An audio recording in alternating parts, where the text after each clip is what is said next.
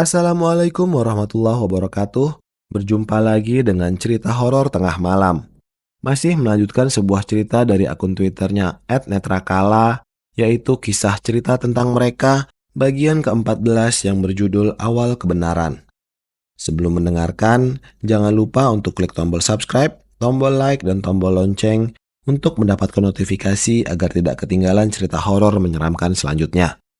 Tanpa berlama-lama, mari langsung saja ke ceritanya. Bagian ke-14, Awal Kebenaran. Pisan meneh tak omongi, Gendiswari wis lancang buka Sangkarpati. Sekali lagi aku kasih tahu, Gendiswari sudah lancang membuka Sangkarpati, ujar Kromo Sengkono yang sudah berdiri kembali. Gendiswari salah sijine punggowo sek jogo bangunan iki, aku rak percaya. Gendiswari adalah salah satu dari penjaga tempat ini. Aku tidak percaya, ujarnya masih tidak percaya dengan perkataan Kromo Sengkono. Bima yang mendengar itu kaget. Gendiswari sebagai salah satu penjaga tempat ini, batinnya. Satu persatu pertanyaan yang ada di kepala Bima kini terjawab. Sedang Pak Arif juga terkesiap. Dia pun heran kenapa semua bisa sedemikian rumit. Apa hubungannya dengan Bima dan Maya? Belum sempat dia selesai berpikir, tiba-tiba saja sebuah serangan mendarat tepat di depan Pak Arif. Dia yang tidak siap menerima serangan karena masih terfokus dengan Kromo Sengkono dan Dewi, jatuh terpuruk ke tanah. Pak Arif!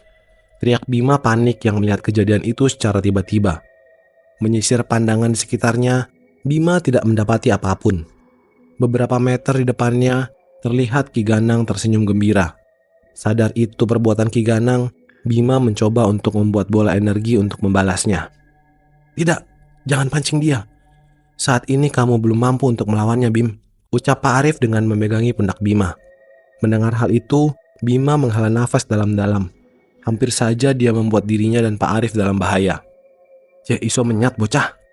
Masih bisa berdiri bocah, ucapnya terkekeh.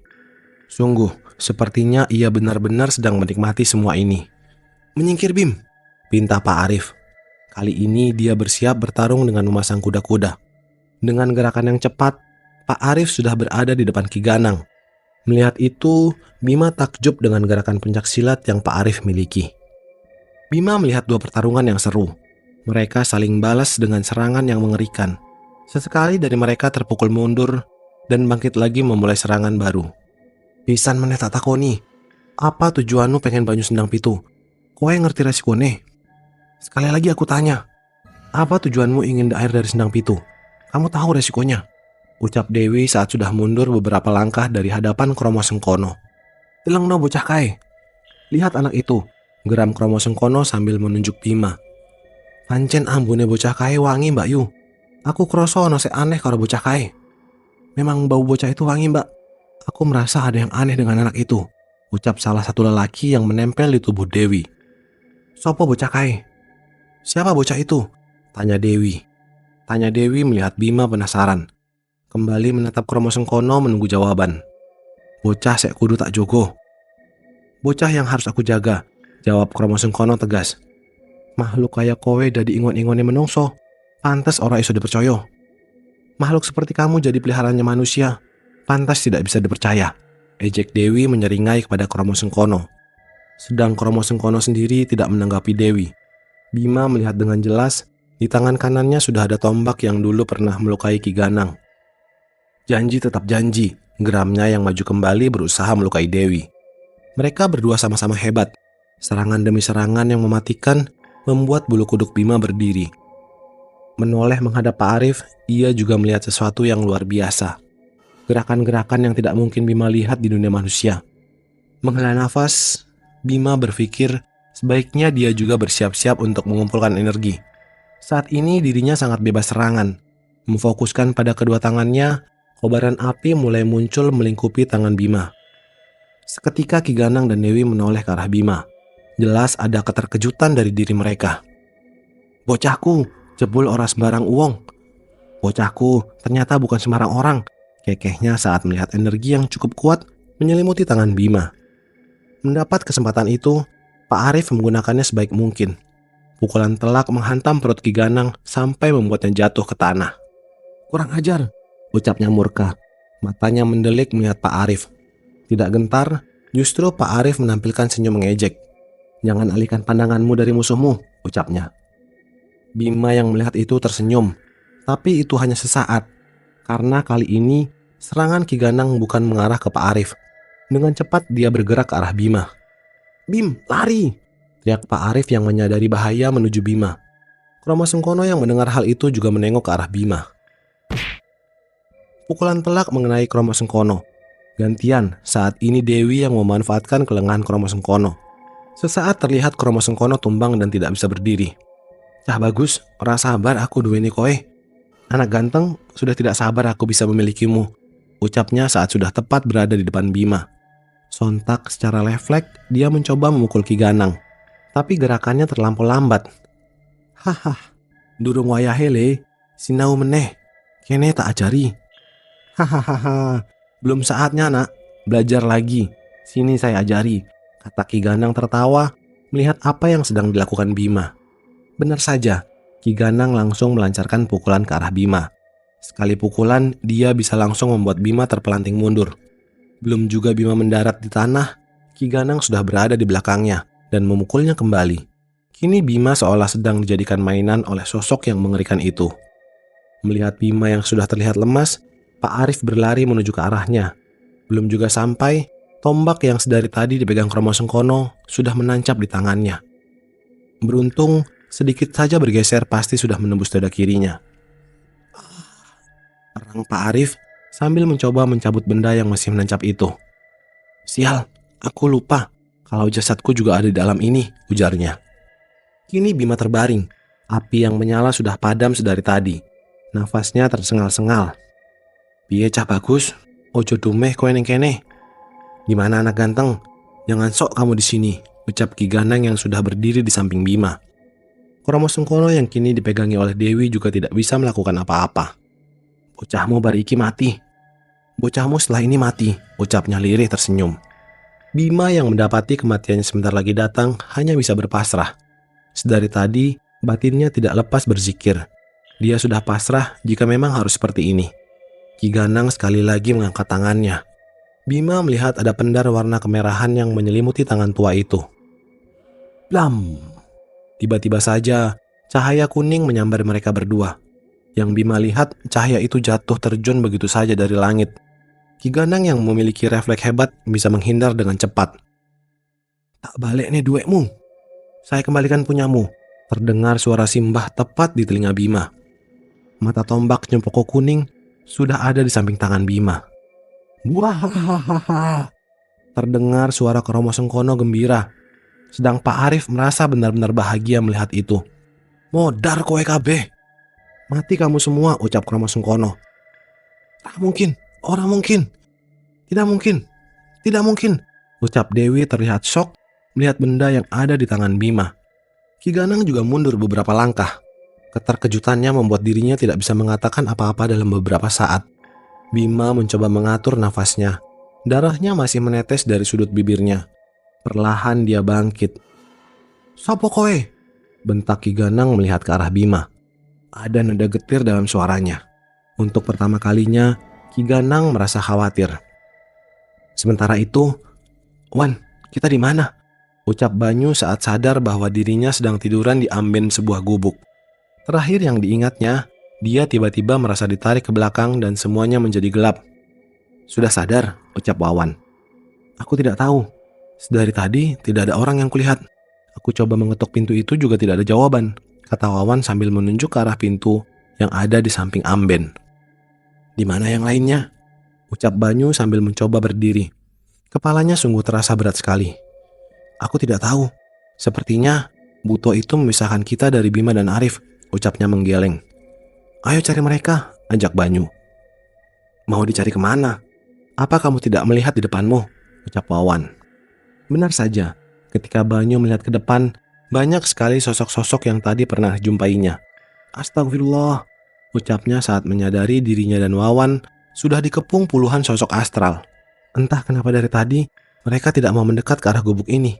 Makanya aku diam dan tidak bergerak sambil menunggumu bangun," ucap Wawan. Dirinya benar-benar bingung apa yang harus dilakukan. Pikirannya kacau antara menemukan Bima dan menyelamatkan Maya. Wes tangi. Sudah bangun, ucap suara yang tepat berada di samping Amben. Sontak mereka berdua terperanjat hebat. Bahkan Wawan pun sampai jatuh dari Amben. Melihat itu, Simbah terkekeh. Ngapunten, Mbah. Panjenengan sinten? Maaf, Kek. Anda siapa ya? Ucap Banyu terbata. Sosok yang ada di depannya, meskipun terlihat sudah tua, tapi harismanya benar-benar kuat. Aku. Ora penting aku sopo. Sek penting, kowe wong loro aman ning kene. Iki omahku. Aku. Tidak penting aku siapa. Yang penting kalian berdua aman di sini. Ini rumahku. Ucapnya sambil berdiri menuju pintu. Sedelet. Sebentar, kata kakek itu. Banyu dan Wawan hanya saling pandang. Tidak salah jika memang banyak orang yang tidak mau berhubungan dengan dunia gaib. Ketika mereka berdua mengalami kejadian yang bahkan baru beberapa waktu lalu, membuat mereka berpikir ribuan kali untuk bersinggungan dengan hal gaib lagi. Simbah mau dua iki, wes diombe sek. Kakek cuma punya ini, sudah diminum dulu. Ucap Simbah memberikan kendi yang biasa dia suguhkan kepada tamunya. Awalnya mereka berdua ragu dengan kejadian yang mereka alami serta wejangan dari Arif. Keputusan untuk menerima bahkan hanya satu tetes air pun menjadi sangat berat. Ora gelem tah, ora doyan. Gak mau tah. Tidak doyan, ucap Simbah yang masih memegangi kendi dari tanah liat itu. Ngapunten, Mbah. Maaf, Mbah, ucap Wawan sambil menerima kendi dari tanah liat tersebut. Dengan berat dia meminum air dalam kendi. Ajaib, tegukan pertama yang melewati kerongkongannya seolah air itu seperti madu. Tubuhnya segar kembali. Tersenyum, ia memberikan air itu kepada Banyu. Toyo nopo niki, Mbah? Air apa ini, Mbah? Tanya Banyu saat selesai meminum air yang begitu menyegarkan itu. Wes, ora anak ora bapak nih, podo.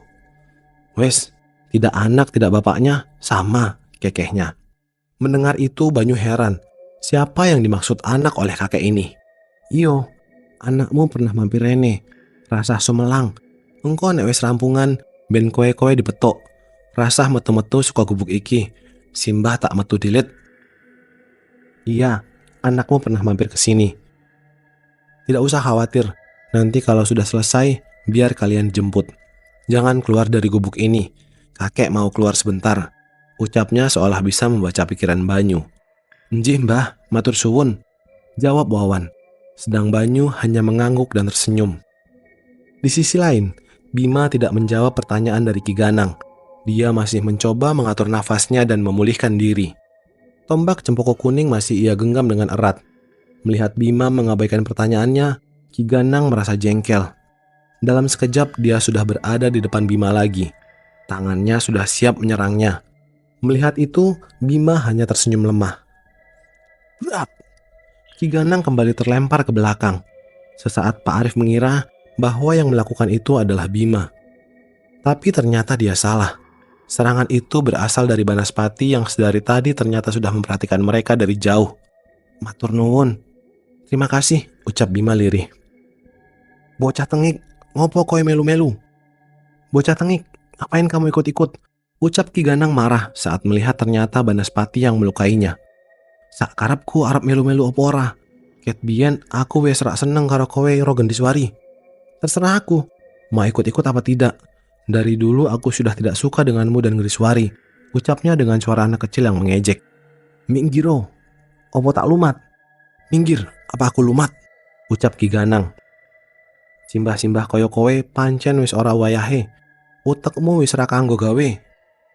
Kakek-kakek sepertimu memang sudah tidak waktunya. Otakmu sudah tidak berguna, kekeh Banaspati mengejek.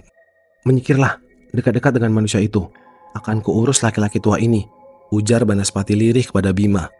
Dalam sekejap, kobaran api menyelimuti tubuh kecilnya. Bima yang berada di dekatnya buru-buru berdiri dan berjalan ke arah Pak Arif. Panas yang keluar dari tubuh Banaspati benar-benar mematikan. Sementara itu, Dewi dan Kromo Sengkono masih berada di posisinya. Siapa bocah itu? Tanya Dewi penasaran. Hawa keberadaan cempaka kuning benar-benar terasa dari tubuh anak yang saat ini sedang berdiri terseok-seok menuju laki-laki manusia itu. Wes tak omongi, bocah kuwi sek bakal medot ritual Sanggar Pati. Sudah aku beritahu, anak itu yang bakal memutus ritual Sanggar Pati. Ucap Kromo Sengkono tersenyum. Benar dugaannya. Cempoko kuning akan datang di saat Bima dalam keadaan terjepit. Makanya sedari tadi memang dia membiarkan Ki Ganang melukai Bima. Tentu ini merupakan resiko yang besar, karena dia sendiri tahu kemampuan dari Sendang Kapit Pancuran dan Ki Ganang bisa saja membuat mereka semua mati. Ra mungkin, aku rak percaya Gendiswari bakal buka Sanggarpati saat durunge Cempoko Kuning tangi. Tidak mungkin, aku tidak percaya. Gendiswari tidak akan membuka Sanggarpati sebelum Cempoko Kuning bangun, ucap Dewi. Mendengar itu justru Kromo Sengkono tertawa mengejek. Harusnya kamu tahu, sebagai punggowo yang tidak pernah meninggalkan tempat ini. Tidak tahukah kau bahwa Gendiswari sudah mencampurkan air sendang pitu ke dalam sendang yang ada di dunia manusia? Tanya Kromo Sengkono. Dewi hanya diam mematung. Kini pandangannya selalu tertuju pada Bima. Kalau kau masih tidak percaya, tanyakan saja pada Ki Ganang. Kenapa desa Ambu Mayit dihuni oleh Sukma orang yang tersesat? Sekali lagi Kromo Sengkono memberikan penjelasan, berharap Dewi akan mengerti dan menyerahkan air sendang pitu. Meski dia bukan satu-satunya punggowo yang menjaga, tapi tetap saja kemampuan Dewi jauh di atas mereka. Hanya Cempoko Kuning yang mampu menandinginya. Tidak menghiraukan ucapan Kromo Sengkono, kini Dewi berjalan menuju ke arah Bima dan Pak Arif. Rasa penasaran muncul begitu kuat dari dalam dirinya. Terlebih dengan energi Cempoko Kuning yang muncul di sekitar bocah itu. Kamu tidak apa-apa, Bim? Tanya Pak Arif khawatir sambil memegangi lukanya yang terus mengucurkan darah. Nggak apa-apa, Pak, ucap Bima meski terlihat mantap, tapi dari matanya jelas Bima sedang menahan rasa sakit. Lengan Pak Arif, ucap Bima saat melihat darah yang sudah membasahi lengan kiri Pak Arif. Aku bisa menyembuhkannya. Beristirahatlah, kata Pak Arif tersenyum. Dua orang itu melihat sosok Dewi sedang berjalan ke arah mereka. Bersiaplah Bim, ucap Pak Arif menguatkan kuda-kudanya. Bocah, kowe ra bakal iso ngelawan aku. Bocah, kamu tidak akan bisa melawanku, ucap Dewi yang sudah berada di depan mereka berdua. Sedang Kromo Sengkono berjalan di belakang Dewi. Mendengar itu, Pak Arif tidak berkata apa-apa. Dia tidak bisa mempercayai makhluk seperti mereka saat ini. Tetapi dia juga tidak bisa melakukan perlawanan apapun karena kondisinya sekarang ini kurang menguntungkan. Sekongen di koyo oleh kui? Tanya Dewi sambil menunjuk mata tombak yang sedang Bima pegang. Boten ngertos mbah. Tidak tahu mbah. Jujur, karena saat dulu berada di depan pintu masuk Sanggarpati, Bima secara spontan bisa membayangkan benda tersebut. Orang ngerti? Tidak tahu, ucap Dewi heran. Bagaimana mungkin senjata Cempoko Kuning yang selama ini menghilang bisa dibawa seorang bocah dari dunia manusia? Menggeleng, Bima menegaskan kalau dia tidak tahu. Saat ini dalam batinnya, benar-benar merasa sedang menghadapi seorang pembunuh yang menodongkan pistol di kepalanya. Tidak ada pilihan lain, rasa khawatir dan ketakutan memang menjalari tubuhnya. Tapi dia tetap berusaha untuk tenang. Benar saja, belum sempat Bima bisa berpikir lebih jauh, tiba-tiba sosok Dewi membuat serangan, bahkan Pak Arif dan Kromo Sengkono tidak menyadari hal itu. Bima terpukul mundur sekali lagi, badannya benar-benar terasa remuk, tulang-tulangnya seperti menjerit kesakitan. Dalam sekejap, Dewi sudah ada di dekat Bima. Pisan meneh, seko ngendi kowe eli barang kui?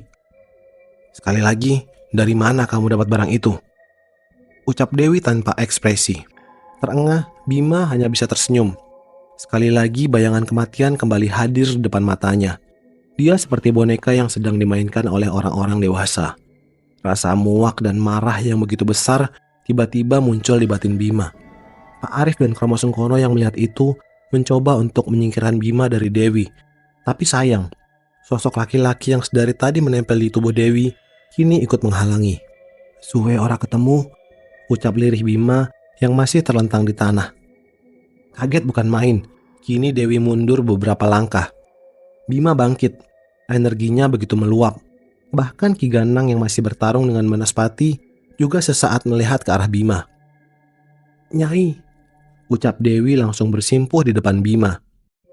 Iyo aku, waktunya ora akeh. Saiki kekno banyu sendang pitu karo bocah-bocah iki. Aku durung iso metu. Gendiswari karo Ki Ganang wis lancang rusak tatanan alas lali jiwo. Iya, ini aku. Waktunya tidak banyak. Sekarang kasih air sendang pitu kepada bocah-bocah ini.